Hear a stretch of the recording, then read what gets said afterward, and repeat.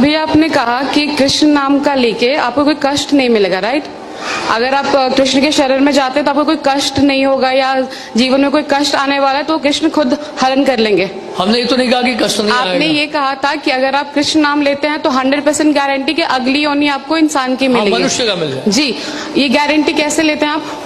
स्वल्पम क्या है? स्वल्पम ही अपयस्य धर्मस्य त्रायते महते महतो विहार। भगवान गीता में इसलिए कह रहे हैं कि अगर थोड़ा सा भी आप इस मार्ग में पड़ेंगे, बड़े से बड़े खतरे से बच जाएंगे, कि कम से कम आपको मनुष्य जीवन तो प्राप्त होगा। शुचि नाम सुमताम गेहे योग भ्रष्ट भी जायते। तो भगवान गीता में ये कहते हैं अगर आप भक्ति पूरी भी नहीं कर पाते, थोड़ा सा भी कर लेते हैं भक्ति, तो क्या होगा?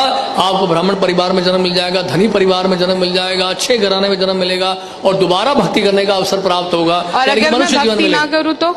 हाँ जी, अगर मैं भक्ति ना करूँ तो मुझे भक्ति ना करो तो कर्म के अनुसार चलना पड़ेगा। फिर कर्मणा देव नेत्रेण जंतुर्देहो भवते। मेरे एक जानने वाले हैं, पिछले 10 साल से वो डिवोटी हैं यहीं के, ठीक है? अभी 6 महीने पहले उनकी फादर की डेथ हुई थी। ओके, तो ये कृष्ण भगवान ने ये जो कष्ट उनको दिया, क्यों दिया? वो तो 10 साल से इनके डिवोटी थे। हमने तो बोला ही नहीं कि आप कृष्ण भक्त बनते तो कष्ट नहीं आएगा, हमने नहीं कहा ये। कल के मैं क्लास में गई थी, नहीं, हमने नहीं कहा ये कि कृष्ण भक्ति अगर करेगा कोई कष्ट नहीं आएगा। उसको कष्ट आएगा, कष्ट करने की जो सहन करने की दृष्टि बदल जाएगी। जैसे कि एक व्यक्ति जो है सड़क पे जा रहा है और साथ रास्ते में बैरियर्स हैं, स्पीड ब्रेकर्स हैं, तो एक व्यक्ति ठेले में जा रहा है, दूसरा व्यक्ति मर्सिडीज में जा रहा है। तो मर्सिडीज में जा रहा है, वो भी उसी सड़क से जा रहा है, झटके उसको कम लगते हैं। कहने का मतलब यह है कि कष्ट जो है भक्तों के जीवन में भी आता है, सहन करने की शक्ति भगवान देते हैं। यानी कि जहां पे पांव कटना होता है वहां पे सुई चुभती है केवल आप। तो कष्ट तो आएगा ही आएगा, ऐसा कभी ना सोचें कि हम कृष्ण भक्ति में लग गए तो हमारे जीवन में कोई कष्ट नहीं आएगा। इनफैक्ट भक्त तो प्रार्थना करते हैं भगवान से कि हमें और कष्ट दीजिए। विपदा संता ता शाश्वत तत्र तत्र जगत गुरु भवद दर्शनम शायद पुनर्भव दर्शनम।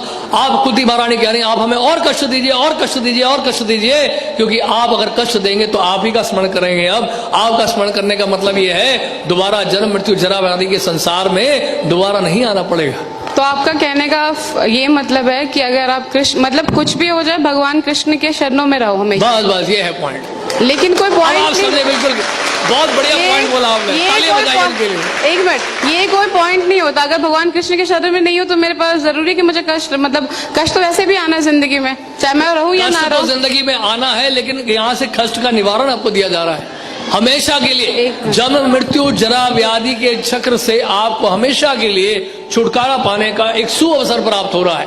भगवान की सेवा में लगे, एक जीवन आप कृष्ण की सेवा में दे दो, कृष्ण आपको वापस लेके चले जाएंगे। तो आपका कहने का मतलब है कि मैं कृष्ण के शरण में जाती तो अगले जन्म में मुझे इंसान क्या ही वो मिलेगा, इंसान का मिलेगा। और अगर अच्छी तरह से भक्ति करेंगे तो भगवान के धाम में भी जाएंगे। ये तो मरने के बाद किसने देखा है कि कौन कहाँ जा रहा है? हाँ जी, मरने के बाद कौन जानता है कि कौन कहाँ जा रहा है? हाँ, इस बात की गारंटी कौन लेता है? सामान्य लोग नहीं जानते, लेकिन भक्त जानते हैं। यम यम वापि स्मरण भावम त्यजते अंते कलेवरम तम तम एवैते कौन्तेय सदा तद भाव भाविता। अंत काल में जिसका भी आप स्मरण करेंगे उस तरह का शरीर आपको मिलेगा। भगवान गीता में कह रहे हैं। तो आपके भक्त जानते हैं कि मरने के बाद कौन कहाँ जा रहा है, राइट? हाँ, 100%। तो मैं उन भक्त से मिलना चाहती हूँ एक बार।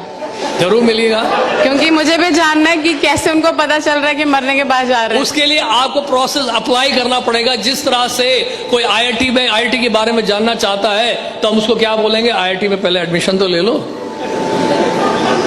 आईआईटी में जो सिलेबस उसको तो फॉलो कर लो, वहां के प्रोसेस को तो फॉलो कर लो, वहां के रूल्स एंड रेगुलेशंस को फॉलो कर लो। इट्स अ काइंड ऑफ फोर्समेंट कि आप किसी को फोर्स कर रहे हैं कि जबरदस्ती हम किसी को फोर्स नहीं कर रहे हैं। आपकी इच्छा पाइए, नहीं इच्छा मत आइए।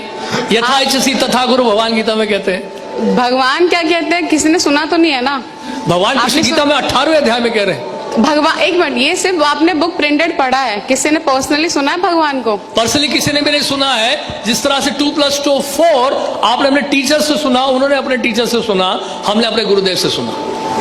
तो गुरुदेव हमने प्रभुपाद से सुना।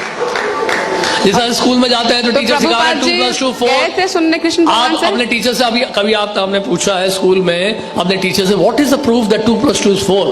What is the proof this is A this is B? Teacher ने कभी जवाब दिया ना, आपने पूछा ना कभी वो जवाब देंगे। बट ये तो अंधा ज्ञान हुआ ना फिर। हाँ, तो इसका मतलब जो स्कूल में पढ़ाया जा रहा है वो भी अंधा ज्ञान है। स्कूल की बात नहीं है, आपने कहा कि जो आपके गुरु ने बताया स्कूल आपने की वो बात चीज ही कर है, ली। क्योंकि ज्ञान तो ज्ञान है, वो भौतिक ज्ञान है, आध्यात्मिक ज्ञान है।